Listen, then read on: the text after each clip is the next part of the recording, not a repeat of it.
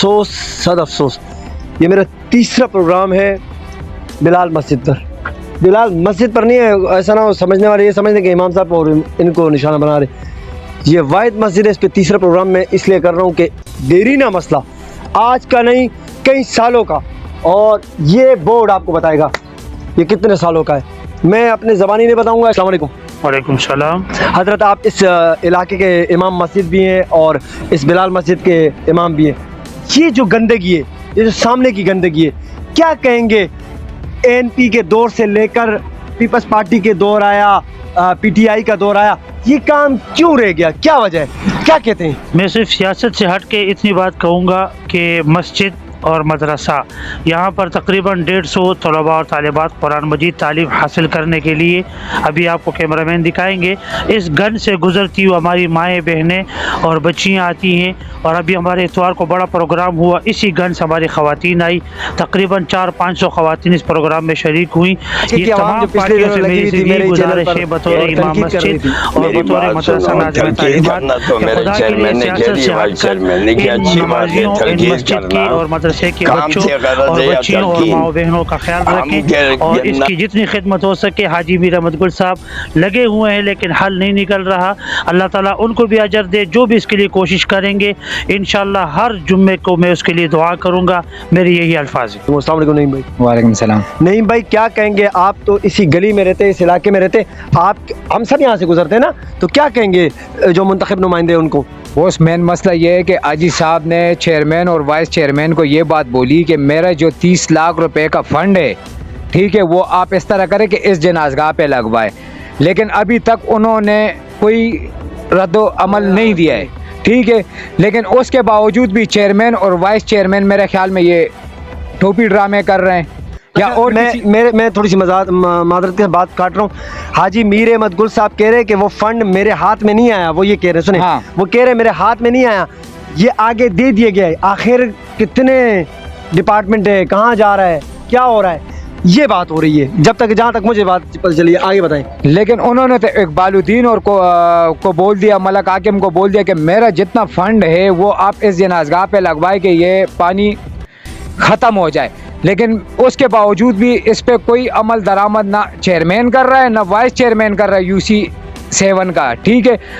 और इस पे डीएमसी के चेयरमैन जान मोहम्मद बलोच को भी चाहिए कि इस पे कोई एक्शन ले, ठीक है। उसके बाद मेयर कराची जो हर जगह में जाके बोलता है कि हमारे ढक्कन चोरी हो रहे हैं। कहाँ से इनके ढक्कन चोरी हो रहे हैं? सलमान मुराद के अपने इलाके में 2 दफ़ा बच्चे मर चुके इसी ढक्कनों के चक्कर में, मलीर में, उसके अपनी यूसी में जहाँ से वो इलेक्शन भी लड़ा है, ठीक है। तो ये हाल है हमारी चेयरमैन, वाइस चेयरमैन यूसी 7 जान मोहम्मद बलोच डीएमसी का जो चेयरमैन है उससे, और मेयर कराची मुर्तज़ा वहाब से जो हर जगह पे बोल रहा होता है कि मैं ये कर रहा हूँ वो कर रहा हूँ, लेकिन उसके भी किसी को काम नज़र नहीं आ रहे। और उसके बाद डिप्टी मेयर सलमान अब्दुल्ला मुराद जो मलीर से मुंतखब हुए, उनसे भी हमारी ये रिक्वेस्ट है कि इस हमारे इलाके में आके ये देख लें, साथ में मस्जिद है ना, मस्जिद को कोई नमाजी जा सकता है ना, इस रास्ते से कोई लेडीज़ जा सकती है ना, कोई बुजुर्ग जा सकता है ना, कोई बच्चे जा सकते हैं।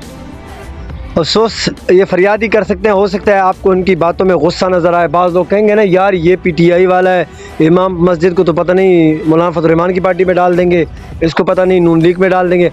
खुदारा आप काम करवाएं, आपको अप्रिशिएट भी लोग करते हैं। खिताब शाह आपके सामने खड़ा होकर कह रहा था, पीटीआई का था, क्या कह रहा था? मैं पीपल्स पार्टी को ज्वाइन कर दूंगा अगर आपने ये काम करवाया। सर ना करें, ज़्यादती ना करें। हमारे साथ एक और भाई मौजूद हैं, मैं इनसे भी जानना चाहूँगा। ये जनाज़गाह है, उसकी जनाजा उसकी यहाँ होती दागा जनाजा अदल की ला इलाहा इल्लल्लाह मुहम्मदुर रसूलुल्लाह खादिम च कला हक बांधी रसिनो आगा बा दलते के बागा खलक वदरीगी लक स्किन जोड़ा के जब पसपा जोड़ा के जमा गम लबयो मिलमर राजी पसपा जोड़ा के आगा बजा पदे पलित ओबो के वदरो मागा देता वदरीगी दलते के जनाजी कीगी कदा द जनाजू जईवी तास वर्तो को दा जनाजू जई दे यो जली ब्यादर दरा खबर कोम पख्तो के च लैंडी फीचर कॉलोनी च सुमर जुमातों ने दा तमाम मुहताज रोजा खपल रब मुहताज है। अस्सलाम वालेकुम। वालेकुम अस्सलाम। मिजाज भी कह रहे ठीक। मैंने इस बच्चे को पीपल्स पार्टी की बड़ी कामों में खिदमत करते हुए देखा। मैं इसलिए सामने कह रहा हूँ कि आज मैं इकबालुद्दीन से मुखातिब हूँ, आज मैं वो चेयरमैन मलक हाकिम से मुखातिब हूँ। इस बच्चे को मैंने बड़ी एफर्ट और कोशिश करते हुए देखा है कामों में उनके लिए। इसको किस बात का गिला हो गया ये खुद ही अपनी ज़बानी बताएगा। अस्सलाम वालेकुम। वालेकुम अस्सलाम। सर पहले ये बताइए बोर्ड किसके नाम का है? ये जब हम छोटे थे जी। उस टाइम में कोई 6ठी-7वीं क्लास में था। इस इलाके का मसला मैंने देखा है। अमान मसूद आए थे यहाँ पर 5 से 10 लाख रुपए का ऐलान किया था 16 मई 2010 को। जी इतना हमें याद है। जी फिर हाजी मीर अहमद गुल भी उसके साथ आए थे। यहाँ के जो सियासी कायदीन हैं जैसे अनवर स्वाति सारे इनके साथ आए थे। सिर्फ यहाँ पे ऐलानात करके जाते हैं। जैसे कुछ दिनों पहले यहाँ पर जान मोहम्मद बलोच साहब आया जिनके विज़िट भी करवाया। विज़िट के बाद वो कहते यार इस पे तो बहुत ज़्यादा खर्च है 1 करोड़ रुपए का। मैंने उसको इतना सा अर्ज़ किया 1 करोड़ तो कुछ ज़्यादा है, आप मुझे 50 लाख रुपए दो, मैं इसमें कटर लेन भी आपको डलवा के दूंगा और जनाज़गाह भी आपको बनवा के दूंगा। सुन ले। और दूसरी बात ये कि यहाँ से कैप्टन मुंतखब हुआ, उसको काफ़ी दरख्वास्तें दी गई है। कैप्टन जमील की बात कर रहे हैं? जी कैप्टन जमील की बात करके बकाया उसको इमरान खान साहब ने हर इलाके का अपना फ़ंड दिया गया और यहाँ से मुंतखब मैंने भी था और यहाँ पर उसकी रिकॉर्डिंग वगैरह सब कुछ हमारे पास मौजूद है। फ़ंड वगैरह हर चीज़ हमारे पास बकाया उसके यहाँ पर आके जब उसने विजिट की ये हो जाएगा काम, उसका फ़ंड कहाँ गया हमें पता नहीं है। फीचर कॉलोनी का रुपए का काम उसने करवाया नहीं, बग़ैर बिलाल नियाजी की गली का, बग़ैर मोहिनाबाद का उसने फीचर कॉलोनी में रुपए नहीं लगाया। और उसके बाद यहाँ पर जब ज़मीनी इलेक्शन हुए यहाँ से अब्दुल हकीम बलोच मुंतखब हुआ। जी सही है। उसको तो तलाश गुमशुदा मैंने फेसबुक पे ख़ुद भी डाले, अगर किसी बंदे को मिले उसको फीचर कॉलोनी में ले आना, उसको थोड़ा विज़िट भी करवा लेना। क्यों? वो आया नहीं दोबारा। मुंतखब होने के बाद वो बंदा इधर आया ही नहीं है। क्यों? कहते मेरे को फीचर कॉलोनी ने वोट नहीं दिए। हर डब्बे में उसके तकरीबन 400-500 वोट निकले। यहाँ से हम खुद खड़े हुए उनके लिए भाग दौड़ किए। क्यों? हमारे फीचर कॉलोनी के कुछ ना कुछ मसले हल हो जाए। उससे अलावा हमारा MP थे यहाँ पर सलीम बलोच साहब, उसको हम लोगों ने दरख्वास्तें दी, मिन्नत जारी की, हमने बोला कि फ़ीचर कॉलोनी को थोड़ा हाल देखो। कहते मुझे फ़ीचर कॉलोनी से किसी ने वोट नहीं दिया। ये उसके अल्फाज है, ये उसके अल्फाज है। उसके अल्फाज है। कहते हैं मैंने यहाँ पर तो 20 करोड़ रुपए का काम कर दे, कोई मुझे वोट नहीं देते हैं। शर्म की बात है। वहाँ से फिर यहाँ से अपने चेयरमैन और वाइस चेयरमैन को खड़ा करके नून लीग के टिकट से, क्यों PP से तो वो जीत ही नहीं सकता था। फिर यहाँ पर माशाल्लाह इकबालुद्दीन साहब PP के टिकट से लड़े, PP के नुमाइंदे थे, लड़े। 30 लाख रुपए हमारे इलाके का फ़ंड मंजूर हुआ वार्ड 1 का। हाजी मीर अहमद गुल साहब को मैं खुद गया उसके साथ, इस चीज़ की गवाही है। कहते 30 लाख रुपए फ़ंड है, काम होगा मगर पैसे नहीं है। काम कैसे होगा जब पैसे नहीं? बोलो पैसे। काम मैं पैसे खुद किसको बता रहा हूँ, 9वें महीने से ये काम के लिए मैं खुद भाग दौड़ कर रहा हूँ DMC में हाजी साहब के साथ। कहते आज करेंगे, कल करेंगे, परसों करेंगे, उसके बावजूद ये काम नहीं हो रहा है। क्यों नहीं हो रहा है? इकबालुद्दीन साहब को वर्ल्ड बैंक की तरफ से भी 1 करोड़ रुपए मिले, कहाँ गया? उससे पूछे जाए इलाके के। जब हम पूछते हैं क्या बोलते आप लोग बदतमीज़ हो। फीचर कॉलोनी के वार्ड 1 के लोग जितने भी हैं वो बदतमीज़ है, मुझसे बदतमीज़ी करते हैं। हम बदतमीज़ सही है? क्यों? अपने हक मांगने के लिए, इसलिए हम बदतमीज़ी करते हैं। मैंने खुद जाके परसों से UC में बात की, उसको मैंने बोला दफ्तर में लोग काम नहीं करते, काम होते गलियों में जाके। मैंने खुद देखा, बकाया पेशावर गया, पेशावर में मैंने काफ़ी देखा चेयरमैनों को, वाइस चेयरमैनों को दफ्तर में नज़र नहीं आया इतने ख़ास। क्यों? वो इलाके के गलियों में, उनको पता है काम क्या होते। जब गलियों में मैं घूमूंगा मुझे पता लगे कि इलाके के मसले मसाइल क्या है। उसको पता ही नहीं है किसी चीज़ का। वो आते सुबह 10 बजे उठते हैं, दफ्तर में आया, चाय वाय पी, गपशप लगाई, घर गया। कहते मेरा तो फीचर कॉलोनी को मेरे को वोट ही नहीं दिए। 1300 से ऊपर हाजी मीर अहमद गुल से ज़्यादा उसको हम लोगों ने वोट दिलवाए। यहाँ पर भाग दौड़ की उस बंदे के लिए, मगर उस बंदे में इंसानियत नहीं है। मैं मलक हाकिम को भी यहाँ को मुखातिब करता हूँ और चेयरमैन को भी और यहाँ के काउंसलर को भी। वालेकुम अस्सलाम। क्या कहेंगे सर, आपके घर के पास आपका इलाका, और कमाल की बात 2 से 3 हफ्ते या 1 हफ्ता हुआ इनकी वालदा का इंतकाल गालबन हुआ, तो इस यहाँ पर इन्होंने तंबू लगाया था इस पानी के साथ ही। मैं वो मनाजिर भी आपको दिखाऊंगा। क्या कहेंगे सर? सबसे पहले तो मैं आपका मशकूर हूँ कि इस एरिया के लिए आपके सोशल मीडिया और आपकी टीम जो है एक्टिव है और एक्टिविटीज़ करते हैं। ये तमाम मामलातों में आप लोग पेश होते हैं।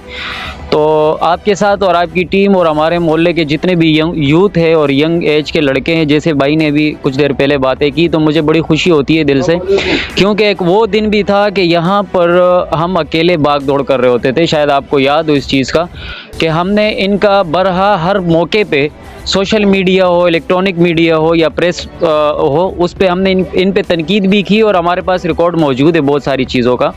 तो ज़्यादा लंबी चौड़ी बात तो नहीं करूँगा, ये हमारी ज़िंदगी बन चुकी है एजाज भाई, ये हमारी ज़िंदगी बन चुकी है। ये जो बोर्ड आप देख रहे हैं ये आज नहीं लगा है, ये बरसों पहले लगा था और एक बोर्ड यहाँ से गायब हो चुका है, वो टूट चुका है अवामी पार्क के नाम से।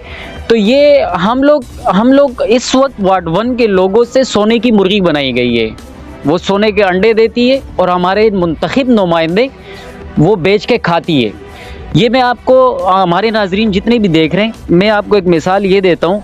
2018-2019 जब हमारे डीएमसी के वाइस चेयरमैन अब्दुल खालिक मरवत साहब थे, मेरे पास अब भी उनकी रिसीविंग है पड़ी है, और बारिशों में मैं अपनी टीम के साथ वहाँ गया और उनसे बातचीत हमने की, यहाँ की पूरी कवरेज की और यहाँ ला के जो रसूल बख्श इंजीनियर उनको यहाँ विज़िट कराया, सारी चीज़ें कराई। उसके बाद कैप्टन जमील मुंतखब हुआ, उसके बाद सलीम बलोच मुंतखब हुआ, उसके बाद अब इकबालुद्दीन मुंतखब। इकबालुद्दीन अगर मैं आपको बोल दूं मेरा पर्सनली जो इलेक्शन से पहले और हमारी बहुत अच्छी भाईबंदी है, यारी दोस्ती है, लेकिन ये सबको पता है कि इस्माइल अवान का एक ही नज़रिया है, चाहे वो मेरा ज़ाती भाई क्यों ना हो, लेकिन अगर वो इलाके के काम में ढीला हो तो मैं तनकीद, मेरा राइट है, मेरा फ़र्ज़ है उस पर तनकीद करना और उसकी निशानदेही करना। तो अब तक मेरे पास पड़ी है वो रिसीविंग है। अगर क्या मैंने ये तकरीबन सोशल मीडिया पे बार बार मैंने ये चीज़ें उनको कही है, और अगर ये देखें तो मैं फिर ये कर रहा हूँ कि चाहे वो साबिका चेयरमैन हो, वाइस चेयरमैन हो या मौजूदा हो, आके मुझसे आवाम में बात करें, मैं उनको एक एक सबूत दूंगा। और डीएमसी में मैंने उनको सबूतें दिए और मैं उस वक्त चेयरमैन से लड़ के आया था डीएमसी में कि अगर आप ये फीचर मानसेरा के डेरों के लिए, हुजरों के लिए 7 लाख और 8 लाख का फंड मंजूर करते हैं तो मेरे जनाजगाह के लिए क्यों नहीं है? आज मेरे मोहल्ला लावारिस है, वार्ड 1 लावारिस है, ये मैं बार बार कह रहा हूँ कि लावारिस है। मोइनाबाद का पानी जब बरसात होती है तो हमारा मोहल्ला डूबा होता है पानी में। क्या उस वक्त इस हुक्मरानों को ये मोहल्ला नज़र नहीं आता? क्या अब इस वक्त जो पानी UC7 और ये जो वार्ड 1 के हालात है क्या नज़र नहीं आते इसको? इंशाल्लाह मैं इजाज़ भाई आपकी टीम और इस वीडियो के और ये जितने भी हमारे भाई खड़े हैं इनको ये बताना चाहता हूँ कि इंशाल्लाह अब ऐसा नहीं होगा। अब ऐसा इसलिए नहीं होगा कि अभी मेरी वालदा मोहतरमा का इंतकाल हुआ था और यहाँ पे ये जो हालात है, हमारा जनाजा पाटक में हुआ था, क्योंकि ये यहाँ तो चलने की जगह नहीं है तो जनाजा कैसे होगा। तो इंशाल्लाह कुछ लोग थे और हम तंजीमुल अवान पाकिस्तान डिवीज़न का डिप्टी जनरल सेक्रेटरी भी हूँ मैं, तो इंशाल्लाह अब हमने एक्शन कमेटी बनाई है और अब ऐसा नहीं होगा कि मैं चेयरमैन बनाऊँ तो मेरी मर्ज़ी है। अब यहाँ पर चेयरमैन हो या वाइस चेयरमैन हो, कौंसलर हो या नाजिम हो, उनकी मर्ज़ी नहीं चलेगी।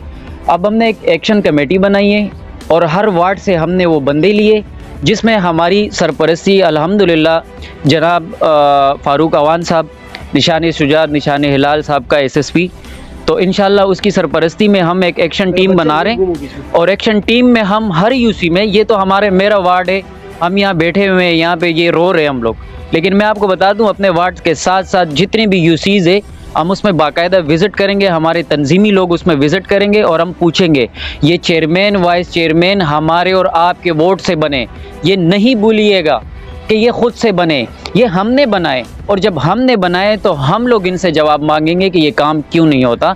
अब जितनी भी सियासी कैप्सूल हम ले चुके, हमारे मैदे ख़राब हो गए। अब जब मैदे ख़राब होते हैं तो फिर उल्टियाँ शुरू होती है और अब हम उल्टियाँ शुरू करेंगे। ये कान खोल के तमाम नुमाइंदे सुन ले कि अब हम उल्टियाँ शुरू करेंगे। आदिल साहब अभी ये जो इलेक्शन के लिस्ट फाइनल हुई है, शायद आपको पता हो, 88 को लावारिस अब तक चौड़ा पेंडिंग में। क्यों?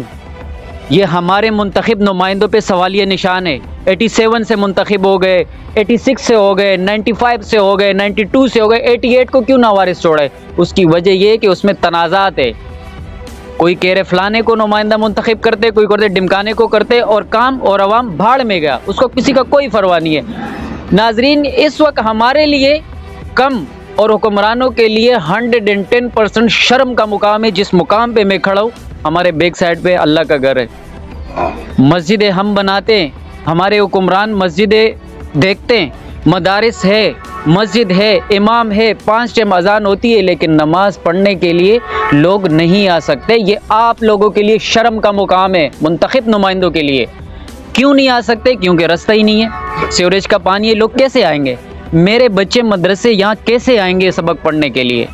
हमारा मोहतरम उस्ताद जी हर नमाज में ये दुआ करते हैं कि कोई अल्लाह वाला पैदा हो जाए कि ये साफ़ कर दे और ये मसला हमारा हल कर दे, लेकिन पता नहीं क्यों कि हमारे हुक्मरान ऐसे जो है ना, उनके कानों तक ये बात नहीं पहुंचती, लेकिन हम पहुंचाएंगे। इस्माइल अवान पहुंचाएगा, चाहे आप FIR कर दो, चाहे आप कुछ भी कर दो। इंशाल्लाह मैं इस वक्त थोड़े से मामलात में हूँ और जैसे ही मैं फ्री होता हूँ, अब दमादम मस कलंदर होगा। ये जो चेयरमैन है ना, इनको अब हम बताएंगे कि आप लोगों ने क्या करना है। अब आपकी मर्ज़ी नहीं चलेगी, आवाम की मर्ज़ी चलेगी।